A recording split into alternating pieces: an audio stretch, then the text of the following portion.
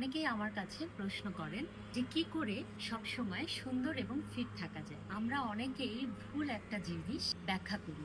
আমার আশেপাশে অনেকেকে দেখেছি যে যারা ইচ্ছা মতো খাওয়া দাওয়া করছে, ইচ্ছা মতো লাইফে উল্টাপাল্টা করছে, মানে যখন খুশি তখন ঘুমাতে যাচ্ছে, লেট নাইটে জেগে সিনেমা দেখছে এবং সকালবেলা তাড়াহুড়া করে ঘুম থেকে উঠে কাজে চলে যাচ্ছে, সপ্তাহে 1 দিন বা 2 দিন ছুটির দিন ইচ্ছা মতো ঘুমিয়ে যাচ্ছে এবং মনে করছে যে শরীর সেই অনিয়মটাকে মেনে নিচ্ছে। আমরা বুঝতে পারছি না যে ছোট ছোট করে আমরা প্রতিদিন আমাদের শরীরের এবং মনের ক্ষতি করছি। 10টা থেকে 11টার মধ্যে ঘুমিয়ে যাওয়া খুব জরুরি। আপনি নিজেকে একেবারে ট্রেন আপ করবেন, আশেপাশে সবাইকে বুঝিয়ে দিবেন যে আপনাকে রাত 10টা থেকে 11টার মধ্যে আপনি আনএভেলেবল থাকবেন। পরের দিন সকালবেলা 7টা বা 8টা থেকে আপনাকে পাওয়া যাবে। তাহলে দেখবেন বাকি সবকিছু আপনা আপনি হয়ে যাবে।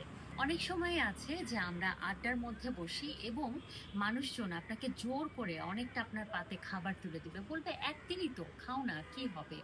আমাদের শরীরে এই অল্প অল্প অনিয়মগুলো কিন্তু জমতে থাকে এবং শরীর অভ্যস্ত হয়ে থাকে, শরীর কনফিউজড হয়ে যায় যে একদিন আমরা অনেক বেশি খাবার খেয়ে নিচ্ছি, একদিন আমরা অনেক বেশি টাইট শিডিউলের মধ্যে আছি, অথবা সারা বছর আমরা অনেক কিছু ইনটেক করলাম এবং 7 দিন কঠিন ডায়েট করে সব কমিয়ে দিলাম এবং সঙ্গে সঙ্গে আমাদের শরীর হয়ে গেল উইক, মন হয়ে গেল খারাপ, ডিপ্রেশন হয়ে গেল এবং 7 দিন পরে ইচ্ছা মতো এক বোল খাবার নিয়ে বসে পড়লাম।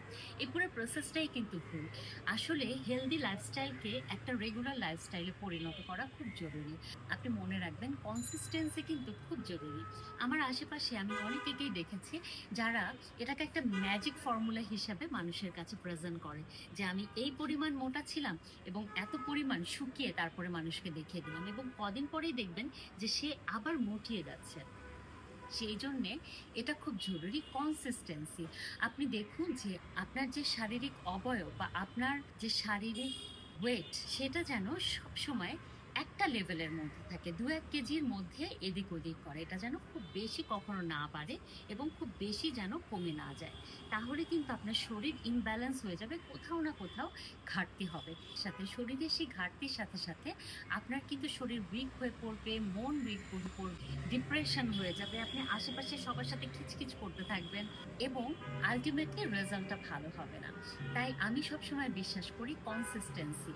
আপনি নিজেকে চ্যালেঞ্জ হিসাবে নিবেন যে আমি অন্তত গত 15 থেকে 10 বছর যে ওয়েটটা মেনটেন করছিলাম এখনো সেই ওয়েটে আছে, আগামী 15 থেকে 20-30 বছর পর্যন্ত আমি সেই ওয়েটটাই মেনটেন করে যেতে পারবো। এটা খুব জরুরি।